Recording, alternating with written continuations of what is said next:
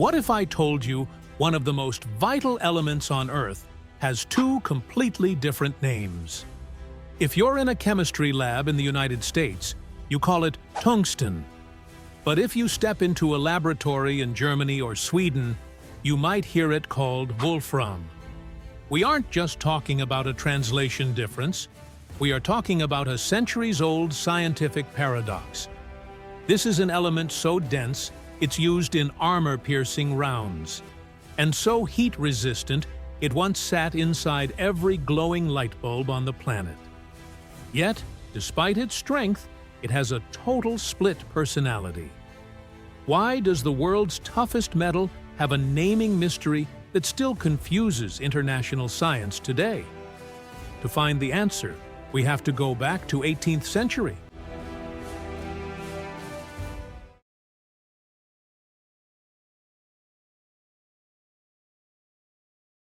Our story begins in the 1700s in Sweden. A chemist named Carl Wilhelm Scheele, a man who discovered more elements than most people can name, was analyzing a strange, heavy white mineral. He called it Tungsten, which in Swedish literally translates to heavy stone. Scheele was able to prove that this heavy stone contained a new, undiscovered acid. However, he didn't isolate the metal himself. That honor went to two Spanish brothers, Juan José and Fausto El Huyar, in 1783. They used Scheele's research, but found the metal inside a different mineral, wolframite. While the Swedes were calling it heavy stone, German miners had been dealing with this element for much longer, and they absolutely hated it. When they tried to smelt tin, this mystery element would show up in the ore and eat the tin, turning it into a worthless slag or foam. They called it Wolfram, which translates to wolf's foam. The idea was that the element had a wolfish appetite for tin. This led to the name Wolfram.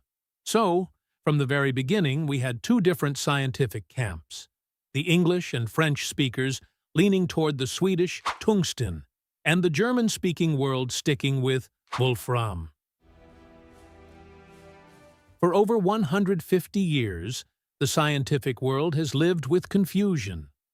But by the mid-20th century, as global trade and science became more integrated, having two names for the same thing was becoming a logistical nightmare.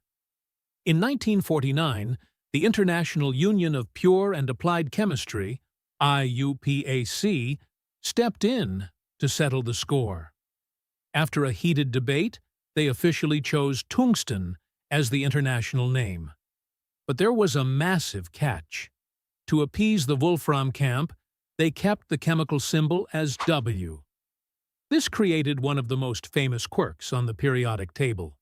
It's why students everywhere look at the letter W and wonder why it doesn't stand for tungsten. It's a permanent linguistic relic of a wolf that refused to be forgotten. This paradox isn't just about dusty old books. It has real-world industrial consequences. During the World Wars, tungsten became one of the most valuable materials on Earth. Because it has the highest melting point of any metal, it was used for everything from tank armor to high-speed cutting tools. Even today, the naming split survives in subtle ways. If you buy a wedding band made of this metal, it's marketed as tungsten carbide. But if you are a professional welder, you might use Wolfram electrodes. The names have become entrenched in different sectors, proving that history is often harder to melt than the metal itself. You might think, who cares? It's just a name. But in global collaboration, these quirks matter. It illustrates how science isn't just a collection of cold facts.